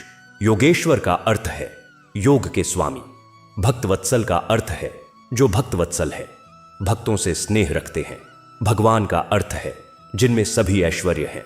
परमात्मा का अर्थ है सर्वोच्च आत्मा। इन नामों का जप करने से मनुष्य को अनेक लाभ होते हैं। यह जप मन को शांत करता है, आत्मा को पवित्र करता है और भगवान विष्णु की कृपा प्राप्त कराता है। और अब सुकेतु और पद्मा की कथा में वापस आते हैं। उन्होंने भगवान विष्णु के इन नामों का जप किया था। वे प्रतिदिन नारायण नाम का जप करते थे। इसी जप के बल पर उनकी श्रद्धा दृढ़ हुई और भगवान ने उन पर कृपा की। इसीलिए हे भक्तों, आप भी भगवान विष्णु के नाम का जप करें, चाहे कम समय के लिए ही सही, पर नियमित रूप से जप करें। जप करते समय मन को भगवान के चरणों में लगाएं। देखिएगा आपके जीवन में एक सकारात्मक परिवर्तन आएगा। और अब मैं इस कथा को और विस्तार देते हुए आपको एक और कथा सुनाता हूं जो भगवान विष्णु की भक्ति के महत्व को दर्शाती है। एक बार की बात है, एक गांव में एक किसान रहता था। उसका नाम था भीमा। वह बहुत मेहनती था, पर उसे भगवान में कोई विश्वास नहीं था। वह कहता था, मैं अपनी मेहनत से अन्न उपजाता हूं, मैं भगवान की पूजा क्यों करूं। एक बार उसके गांव में भयंकर सूखा पड़ा। सभी लोग भगवान से प्रार्थना करने लगे, पर भीमा नहीं करता था। उसने कहा, प्रार्थना करने से क्या होगा, हमें कुछ और उपाय करना चाहिए। गांव के लोगों ने कहा, भीमा तुम भी भगवान से प्रार्थना करो, वे हमारी सुनेंगे। भीमा ने मजाक में कहा, ठीक है, मैं भी प्रार्थना करता हूं, पर यदि बारिश नहीं हुई तो तुम लोग मान लेना कि भगवान नहीं है। और उसने प्रार्थना की, हे भगवान, यदि तुम हो तो बारिश करो। आश्चर्य की बात, अगले ही दिन बादल छा गए और भरपूर बारिश हुई। गांव के लोग खुश हो गए और भीमा से कहने लगे, देखा, भगवान ने हमारी प्रार्थना सुन ली। भीमा ने कहा, यह संयोग है, बारिश तो कभी भी हो सकती थी। कुछ दिनों बाद भीमा बीमार पड़ गया। डॉक्टरों ने कहा कि उसका इलाज मुश्किल है। गांव के लोगों ने कहा, भीमा अब तो भगवान से प्रार्थना करो। भीमा ने फिर से मजाक में प्रार्थना की, हे भगवान, यदि तुम हो तो मुझे ठीक कर दो। और अगले ही दिन उसकी तबीयत में सुधार होने लगा। कुछ ही दिनों में वह पूरी तरह ठीक हो गया। इस बार भीमा सोच में पड़ गया, क्या सच में भगवान है। वह गांव के एक बुजुर्ग के पास गया और अपनी बात बताई। बुजुर्ग ने कहा, भीमा भगवान है, पर वे तुम्हारी परीक्षा ले रहे हैं। तुमने 2 बार मजाक में प्रार्थना की, पर भगवान ने तुम्हारी प्रार्थना सुन ली। इसका अर्थ है कि वे तुम पर कृपा करना चाहते हैं। अब तुम सच्चे मन से उनकी शरण में जाओ। भीमा ने पूछा, मैं कैसे जाऊं। बुजुर्ग ने कहा, शत्तिला एकादशी का व्रत करो, सुकेतु और पद्मा की कथा सुनो और भगवान विष्णु का नाम जपो। भीमा ने ऐसा ही किया। उसने शत्तिला एकादशी का व्रत किया। व्रत करते समय उसे लगा कि उसका मन पहले से हल्का हो गया है। उसने भगवान विष्णु से क्षमा मांगी कि उसने उन पर संदेह किया, और फिर उसके जीवन में एक अद्भुत परिवर्तन आया। वह पहले से अधिक मेहनती बन गया। पर अब वह मेहनत को भी भगवान की पूजा मानने लगा। उसने कहा, मेरी मेहनत भी तो भगवान का ही दिया हुआ है। और उसने नियमित रूप से भगवान का स्मरण करना शुरू कर दिया। इस कथा से हमें यह शिक्षा मिलती है कि भगवान सभी पर कृपा करते हैं, चाहे वे आस्तिक हों या नास्तिक।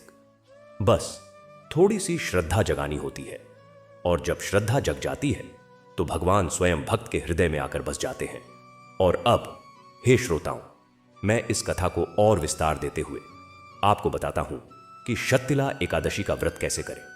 शत्तिला एकादशी का व्रत बहुत ही पुण्यदायी है। इसे करने की विधि इस प्रकार है। एकादशी से एक दिन पहले यानी दशमी के दिन सात्विक भोजन करें और रात को ब्रह्मचर्य का पालन करें। एकादशी के दिन सुबह जल्दी उठें, स्नान करें। स्नान करते समय जल में तिल डालकर स्नान करें, इससे शरीर पवित्र होता है। फिर तिल को पीसकर उपटन की तरह शरीर पर लगाएं। कुछ देर बाद स्नान करके उपटन 10 धो दें, इससे शरीर का सारा मैल दूर हो जाता है। फिर स्वच्छ वस्त्र पहनकर भगवान विष्णु की पूजा करें। तिल से हवन करें। हवन करते समय यह मंत्र बोले, एवं नमो भगवते वासुदेवाय, शत्तिला एकादशी व्रतमहम करिष्ये, तदंगत्वेन श्री कृष्णम संपूज्य तिल हवनम करिष्ये, एवं नमो भगवते वासुदेवाय। फिर तिल का दान करें।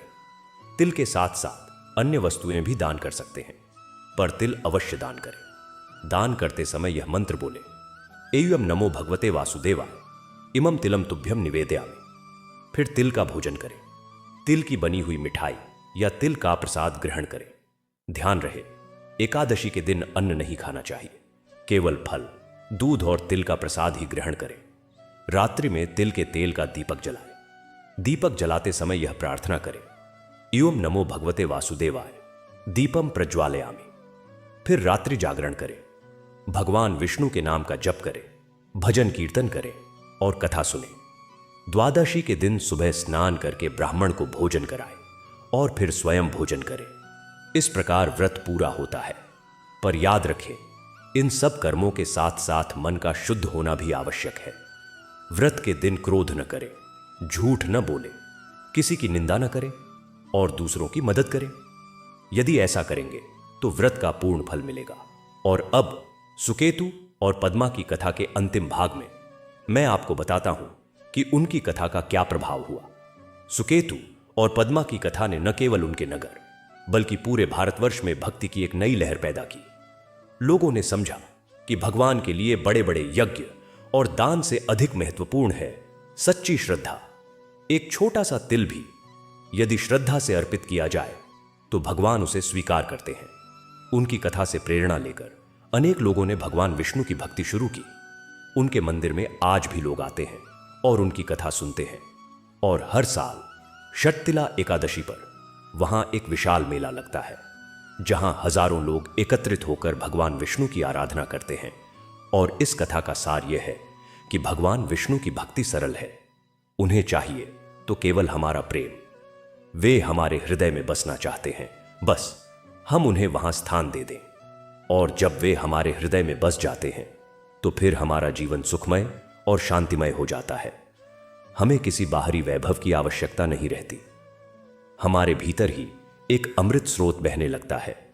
तो हे भक्तों, आप भी सुकेतु और पद्मा की तरह बनिए, सरल बनिए, श्रद्धालु बनिए और भगवान विष्णु की शरण में आ जाइए। वे अवश्य आपको अपनी शरण में ले लेंगे।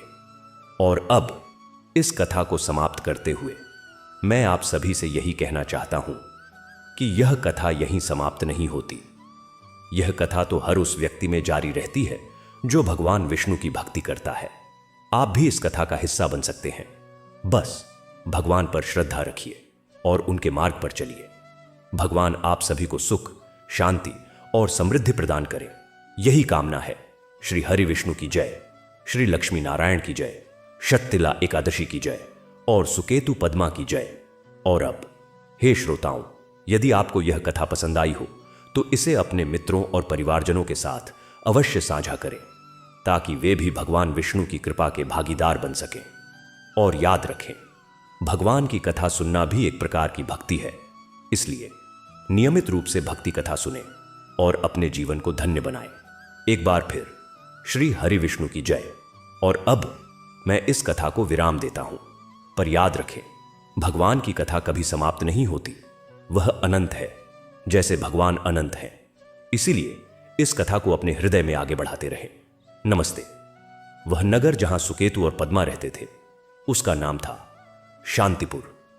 नाम तो शांतिपुर था, पर समय के साथ शांति केवल नाम में ही रह गई थी। नगर के लोग व्यापार में इतने व्यस्त थे कि उन्हें एक दूसरे के चेहरे देखने का भी समय नहीं था। मंदिरों में घंटियां बजती थीं, पर भक्ति का भाव मंद पड़ चुका था। पूजा एक औपचारिकता बनकर रह गई थी। ऐसे में सुकेतु और पद्मा की कुटिया एक ऐसे तपोवन की तरह थी जहां भक्ति की सच्ची अग्नि सुलग रही थी। उनकी कुटिया नगर के सबसे साधारण इलाके में थी। छत घास फूस की थी, दीवारें मिट्टी की। बरसात के दिनों में छत टपकती थी, झाड़ों में ठंडी हवा दरारों से अंदर आ जाती थी, और गर्मियों में ऐसा लगता था मानो अग्निकुंड में बैठे हों। पर उस कुटिया में एक ऐसी सुगंध थी जो किसी राजमहल में भी नहीं थी। वह थी भक्ति की सुगंध। वह सुगंध तुलसी के पौधे से आती थी जो उनके आंगन में लगा था, और उनके मन से आती थी जो हर पल प्रभु के ध्यान में लगा रहता था। सुकेतु प्रतिदिन सुबह 4 बजे उठ जाता था। उसकी दिनचर्या एक साधु की तरह थी। उठते ही वह सबसे पहले पूर्व दिशा की ओर मुंह करके बैठता और अपनी सांसों को नियंत्रित करते हुए मन ही मन प्रभु का ध्यान करता। उसका ध्यान कोई योगासन नहीं था, बल्कि प्रेमासन था। वह प्रभु को अपने सामने बैठा हुआ देखता, उनके चरणों में अपना सिर रखता और मौन होकर रोने लगता। ये आंसू दुख के नहीं, अपितु उस आनंद के थे जो प्रभु के स्मरण मात्र से उमड़ आता था। फिर वह उठकर बाहर निकलता, कुएं से ठंडा पानी भरकर लाता और सबसे पहले तुलसी के पौधे को जल चढ़ाता। तुलसी के प्रत्येक पत्ते को वह प्रभु का प्रतीक मानता था। जल चढ़ाते समय वह धीरे धीरे मंत्र बोलता, वृंदा वृंदावनी विश्व पूजिताम विश्व पावनी, पुष्प साराम नंदनी तुलसी कृष्ण जीवनी, एतभ तुलसी काष्ठ घटिताम मालाम शिरोधराम, प्रयच्छ में कंठे नित्यम तुलसी विष्णु पत्नी के।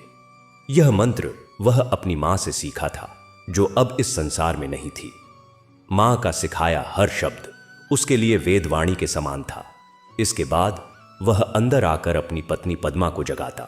पद्मा भी उसी समय जाग जाती थी, पर वह पति को प्रभु का ध्यान करते हुए देखकर शांत रहती, उसमें खलल नहीं डालती। वह उसकी आराधना को पूरा होने देती।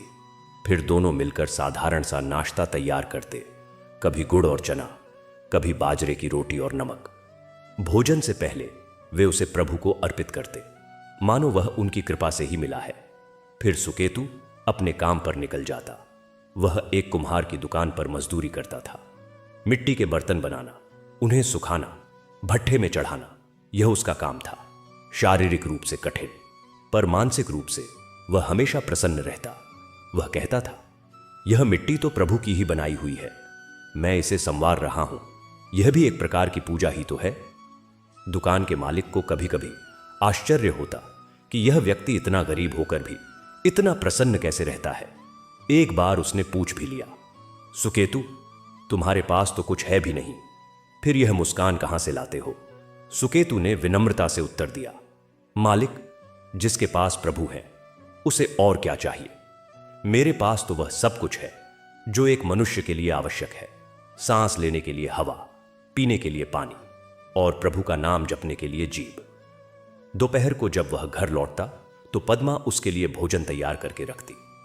भोजन सादा होता पर प्रेम से परिपूर्ण। खाने के बाद वे दोनों थोड़ी देर विश्राम करते और फिर शाम को पद्मा अपना हाथ का बुना हुआ कपड़ा बेचने बाजार जाती और सुकेतु घर पर रहकर लकड़ी की छोटी मोटी वस्तुएं बनाता, कभी चम्मच, कभी बच्चों के खिलौने। शाम को सूर्य अस्त होने से पहले वे दोनों फिर से तुलसी के पास बैठकर दीपक जलाते और भजन गाते। उनका भजन कोई उच्च स्वर में नहीं होता था, बल्कि एक मधुर गुंजन की तरह होता था जो उनके हृदय से निकलकर वातावरण को पवित्र कर देता था। पड़ोस के लोग कभी कभी इस गुंजन को सुनते और उनके दरवाजे पर आ जाते। वे कुछ नहीं बोलते, बस बैठ जाते और उस भजन में लीन हो जाते। सुकेतु और पद्मा कभी उन्हें टोकते नहीं, न ही उनसे कुछ कहते। भजन समाप्त होने पर वे लोग चले जाते, पर उनके चेहरे पर एक अजीब सी शांति होती। ऐसे ही दिन बीत रहे थे। फिर वह दिन आया, माघ मास के कृष्ण पक्ष की दशमी। उस दिन एक अजीब सी घटना हुई। सुकेतु जब दुकान पर काम कर रहा था तो अचानक एक साधु वहां आए। वे कोई साधारण साधु नहीं थे। उनके शरीर से एक तेज निकल रहा था। आंखें गहरी थीं, मानो समुद्र की गहराई में उतर गई हो, और उनके हाथ में एक कमंडल और एक लाठी थी। उन्होंने दुकान के मालिक से पानी मांगा। मालिक ने पानी दिया। साधु ने पानी पिया और फिर सुकेतु की ओर देखा। उनकी दृष्टि सुकेतु पर टिक गई। सुकेतु ने विनम्रतापूर्वक सिर झुकाया। साधु ने पास बुलाया। सुकेतु पास गया। साधु ने कहा, पुत्र, तुम्हारे माथे पर तेज है। तुम साधारण मनुष्य नहीं हो। तुम्हारे पूर्व जन्म के संस्कार अत्यंत उच्च हैं। सुकेतु ने कहा, महाराज, मैं तो एक साधारण मजदूर हूं। मुझे तो अपने इस जन्म का भी ज्ञान नहीं, पूर्व जन्म का क्या ज्ञान। साधु मुस्कुराए। ज्ञान का प्रश्न नहीं है, भाव का प्रश्न है। तुम्हारे भाव शुद्ध हैं। कल एकादशी है। वह साधारण एकादशी नहीं है, वह शततिला एकादशी है। इसका व्रत करो, पर स्मरण रखो, व्रत केवल शरीर का नहीं, मन का भी होना चाहिए। इतना कहकर साधु चले गए। सुकेतु को लगा जैसे कोई दिव्य संदेशवाहक आया हो। वह पूरा दिन उस साधु के वचनों पर मनन करता रहा। जब वह घर लौटा तो पद्मा ने देखा कि उसका चेहरा कुछ अलग है। उसने पूछा, आज कुछ हुआ क्या? सुकेतु ने साधु की बात बताई। पद्मा ने कहा, आश्चर्य है, मैंने भी आज सुबह एक स्वप्न देखा था। और उसने वही स्वप्न सुनाया जो उसने देखा था, एक दिव्य पुरुष का प्रकट होना और शततिला एकादशी के व्रत का उपदेश देना। दोनों हैरान थे। यह कोई संयोग नहीं हो सकता था। प्रभु स्वयं उन्हें संदेश भेज रहे थे। पर फिर वही चिंता, तिल कहां से आएंगे? उस समय तिल का मौसम नहीं था और बाजार में वे महंगे बिक रहे थे। उनकी बचत में केवल इतने पैसे थे कि अगले कुछ दिनों का अनाज खरीदा जा सके। तिल खरीदने का प्रश्न ही नहीं उठता था। पद्मा ने कहा, चिंता मत करो, मैंने कुछ तिल संभाल कर रखे हैं। सुकेतु को आश्चर्य हुआ, तुमने कब रखे? पद्मा बोली, पिछली फसल में जब हमारे खेत में थोड़ी सी उपज हुई थी तो मैंने थोड़े से तिल अलग रख लिए थे। मैंने सोचा था कि किसी शुभ काम में काम आएंगे। लगता है प्रभु ने ही मुझे ऐसा सोचने के लिए प्रेरित किया था। सुकेतु का हृदय भावुक हो उठा। उसकी पत्नी कितनी दूरदर्शी थी। उसने कहा, तो फिर निश्चय कर लो, कल हम शततिला एकादशी का व्रत करेंगे। उस रात दोनों ने प्रसन्नता से भोजन किया और जल्दी सो गए ताकि सुबह जल्दी उठ सके। रात को पद्मा ने फिर से एक स्वप्न देखा। इस बार उसने देखा कि वह एक विशाल मंदिर में है। मंदिर के गर्भगृह में भगवान विष्णु शयन मुद्रा में है। उनके पास मां लक्ष्मी बैठी है और उनके चरणों में एक छोटा सा तिल रखा हुआ है। भगवान मुस्कुरा रहे हैं और लक्ष्मी जी से कह रहे हैं, देखो यह तिल कितना सुंदर है, यह उस भक्त के हृदय की श्रद्धा है। पद्मा ने पूछा, प्रभु यह तिल किसका है? भगवान ने कहा, तुम्हारा। और फिर वह स्वप्न टूट गया। पद्मा की आंखें खुल गईं। उसके मन में एक अद्भुत आनंद था। वह उठी और पति को जगाया। सुकेतु भी जाग गया। उसने पत्नी के चेहरे पर चमक देखी। पद्मा ने स्वप्न की बात बताई। सुकेतु ने कहा, प्रभु ने स्वयं हमारा आह्वान किया है। आज का दिन हमारे जीवन का सबसे पवित्र दिन है। दोनों ने स्नान करने का निश्चय किया। बाहर ठंड थी, माघ का महीना, सर्दी अपने चरम पर, कुएं का पानी बर्फ जैसा ठंडा। पर उन्होंने हिम्मत नहीं हारी। सुकेतु ने पानी निकाला और उसमें थोड़े से तिल डाले। पद्मा ने पहले स्नान किया। ठंडे पानी ने उसके शरीर को सिहरा दिया, पर मन एक अग्नि में जलने लगा। वह प्रभु का नाम लेती रही। फिर सुकेतु ने स्नान किया। स्नान के बाद दोनों ने तिल को पीसकर उपटन बनाया और शरीर पर लगाया।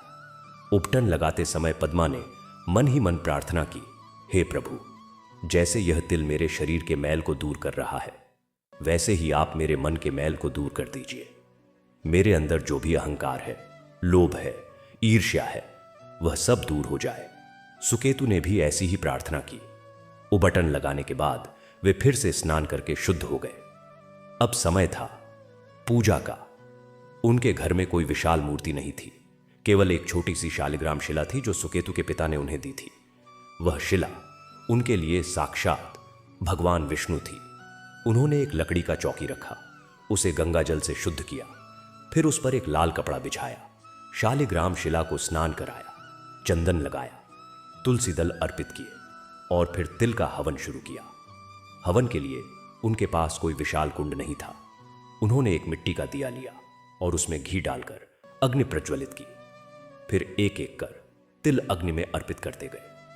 हर तिल के साथ वे मंत्र बोलते, एयूएम नमो भगवते वासुदेवाय। उनकी आवाज में एक ऐसी ऊर्जा थी जो पूरी कुटिया को कंपित कर रही थी। हवन की सुगंध से वातावरण सुवासित हो उठा। हवन के बाद तिल दान का समय था। उनके पास दान देने के लिए बहुत कुछ नहीं था, केवल एक मुट्ठी भर तिल। पर उन्होंने उसी एक मुट्ठी तिल को 3 भागों में बांटा।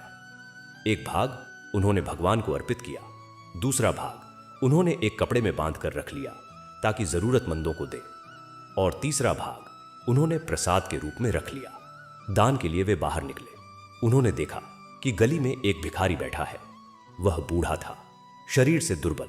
सुकेतु उसके पास गया और उसे तिल दान में दिए। भिखारी ने आश्चर्य से देखा, बेटा तिल, मुझे तो अन्न चाहिए। सुकेतु ने विनम्रता से कहा, बाबा आज शततिला एकादशी है। तिल दान से प्रभु प्रसन्न होते हैं। यह तिल प्रभु का प्रसाद है, इसे ग्रहण करो। भिखारी ने तिल ले लिए। उसकी आंखों में एक चमक आ गई। वह बोला, तुम सच्चे भक्त हो, तुम्हारा दान मैं स्वीकार करता हूं। और फिर वह भिखारी वहां से चला गया। सुकेतु और पद्मा ने देखा कि वह भिखारी जाते जाते मुड़कर उन्हें देख रहा था और मुस्कुरा रहा था। उस मुस्कान में कुछ अलौकिक था। दान के बाद वे घर लौटे। अब समय था प्रसाद ग्रहण करने का। उन्होंने तिल का प्रसाद ग्रहण किया, सादा तिल, नमक के साथ। पर उन्हें लगा जैसे उन्होंने अमृत खाया है। पूरा दिन उन्होंने प्रभु के नाम का जप किया।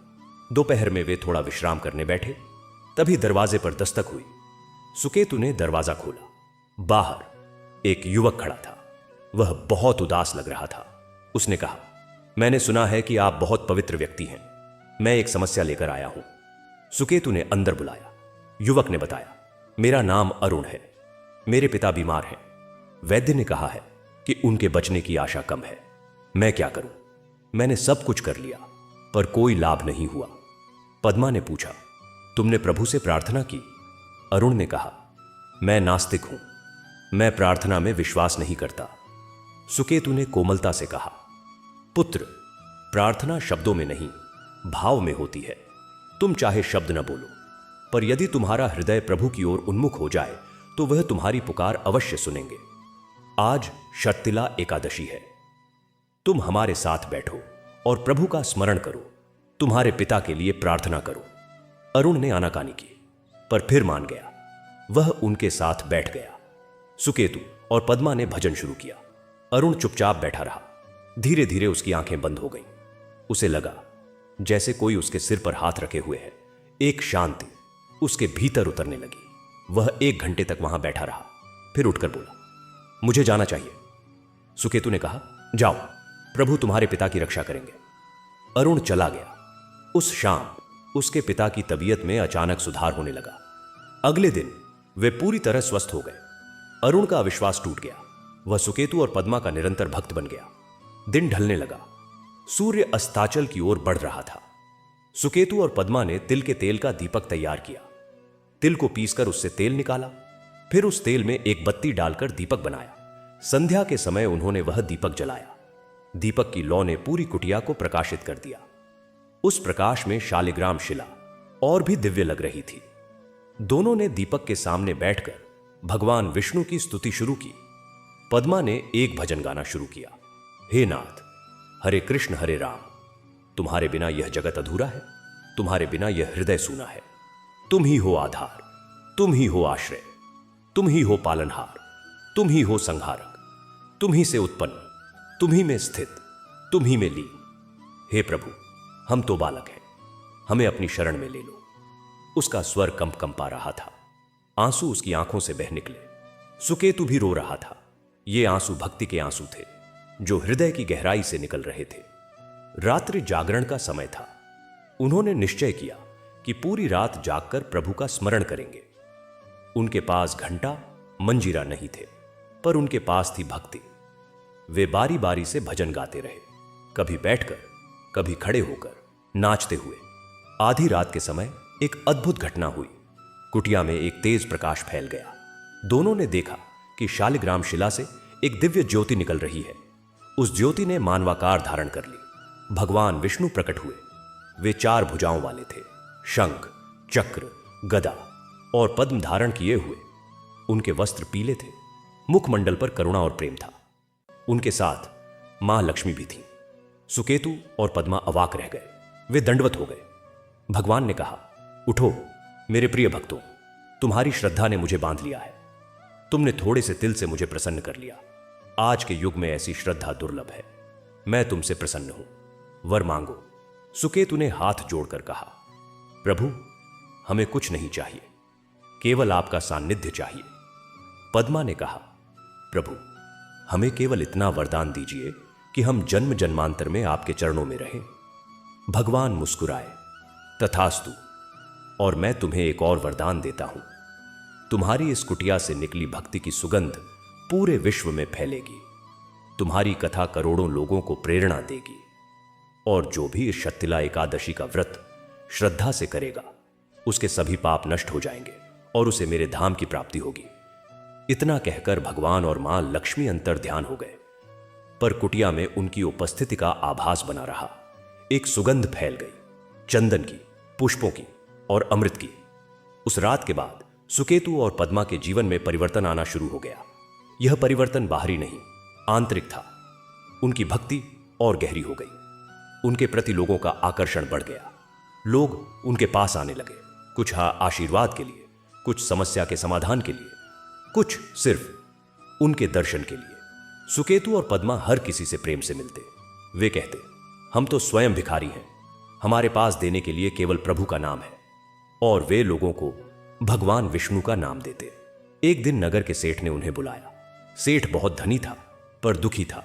उसने कहा, मैंने सुना है कि आपके पास एक ऐसा मंत्र है जिससे मन शांत हो जाता है। मुझे वह मंत्र दीजिए, मैं आपको बहुत सारा धन दूंगा। सुकेतु ने कहा, सेठ जी, मंत्र तो प्रभु का नाम है, वह तो सबके लिए खुला है। आप नारायण नाम जपिए, धन से नहीं भाव से जपिए, आपका मन शांत हो जाएगा। सेठ ने कहा, पर मैं तो व्यापार में इतना व्यस्त रहता हूं कि नाम जपने का समय ही नहीं मिलता। पद्मा ने कहा, जब आप सांस लेने का समय निकाल लेते हैं तो प्रभु का नाम लेने का समय क्यों नहीं निकाल सकते? सांस लेते समय नारा और छोड़ते समय यण कहिए, यही तो है नारायण नाम जप। सेठ को यह बात झंझ गई। उसने ऐसा करना शुरू किया। कुछ ही दिनों में उसके मन की उद्विग्नता शांत हो गई। उसने सुकेतु और पद्मा को धन दान करना चाहा, पर उन्होंने अस्वीकार कर दिया।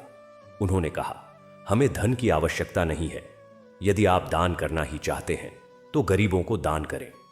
ऐसे ही अनेक लोग उनके पास आए और उनकी शिक्षा से लाभान्वित हुए।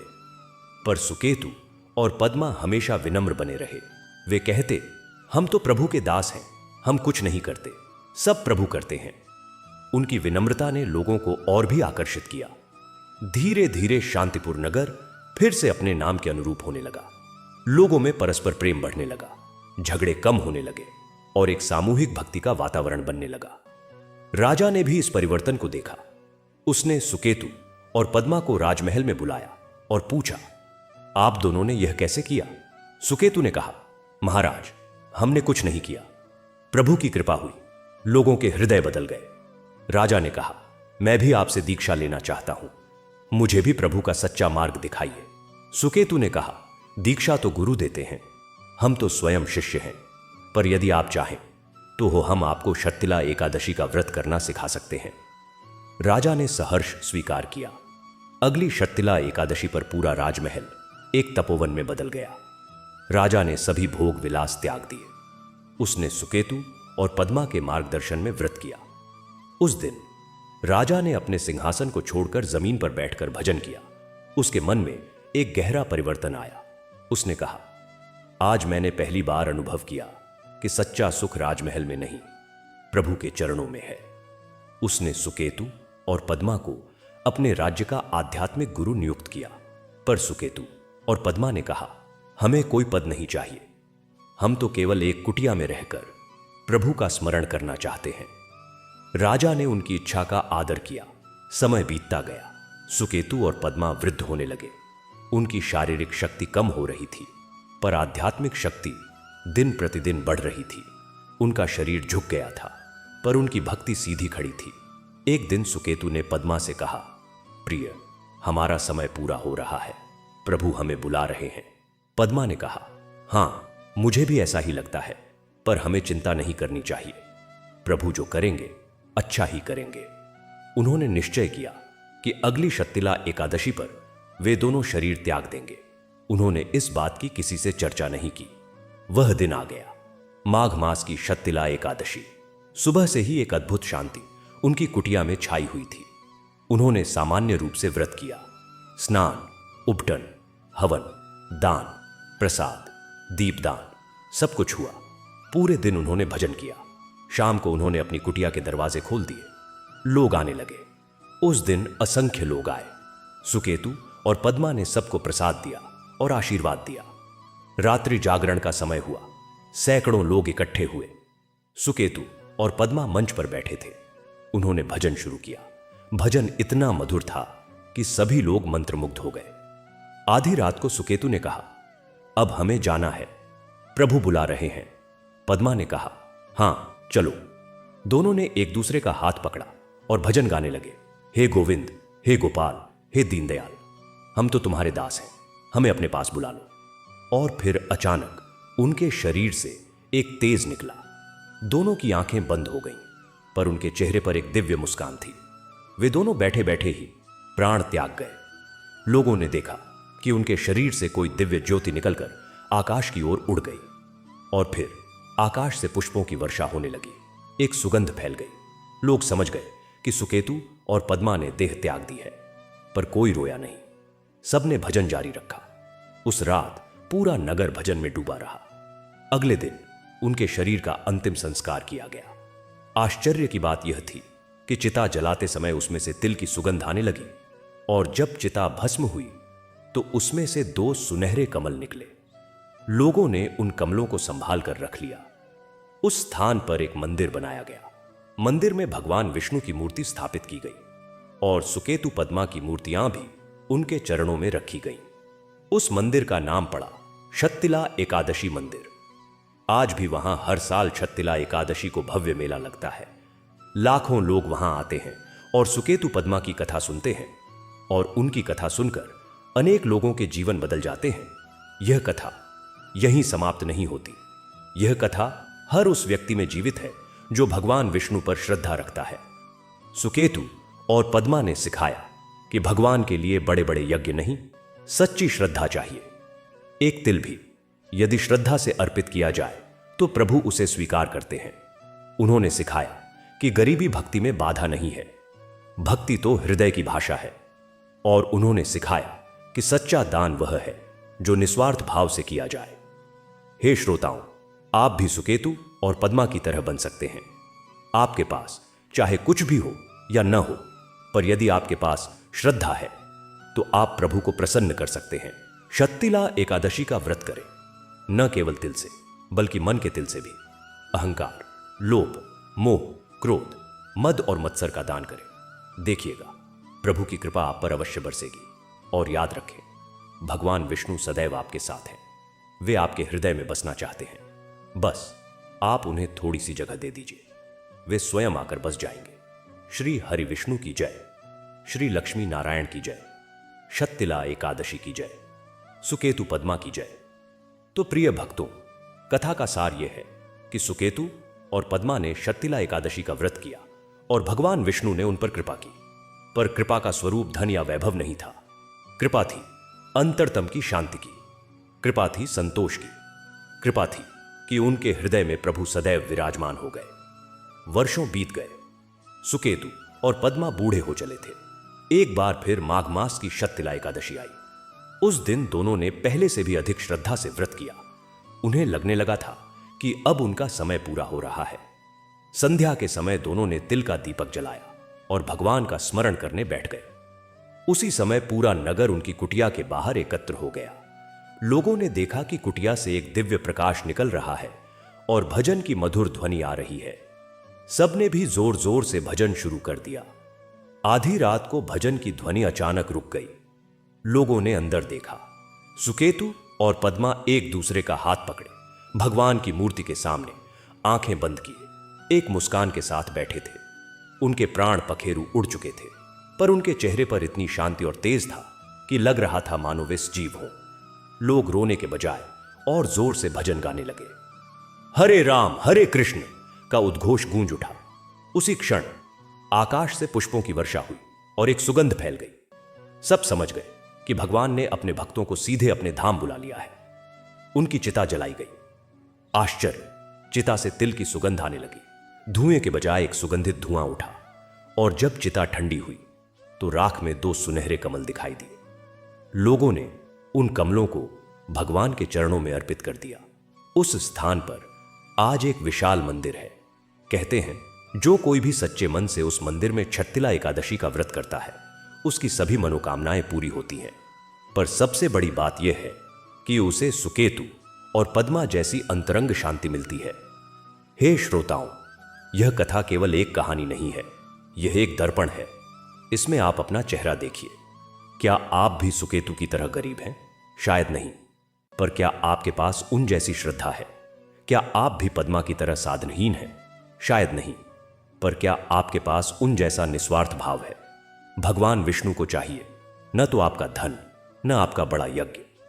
उन्हें चाहिए तो बस आपका छोटा सा तिल, वह तिल जो आपके अहंकार का प्रतीक है, वह तिल जो आपके लोभ का प्रतीक है, वह तिल जो आपकी ईर्ष्या का प्रतीक है। आज ही संकल्प लीजिए। अगली छत्तिला एकादशी पर एक मुट्ठी तिल लीजिए। उसमें से एक तिल से स्नान कीजिए, अपने अहंकार को धो डालिए। एक तिल दान कीजिए, अपने लोभ को दान कर डालिए। एक तिल भोजन कीजिए, संतोष रूपी अन्न ग्रहण कीजिए। और एक तिल से दीप जलाइए, अपने अंदर ज्ञान का प्रकाश फैलाइए।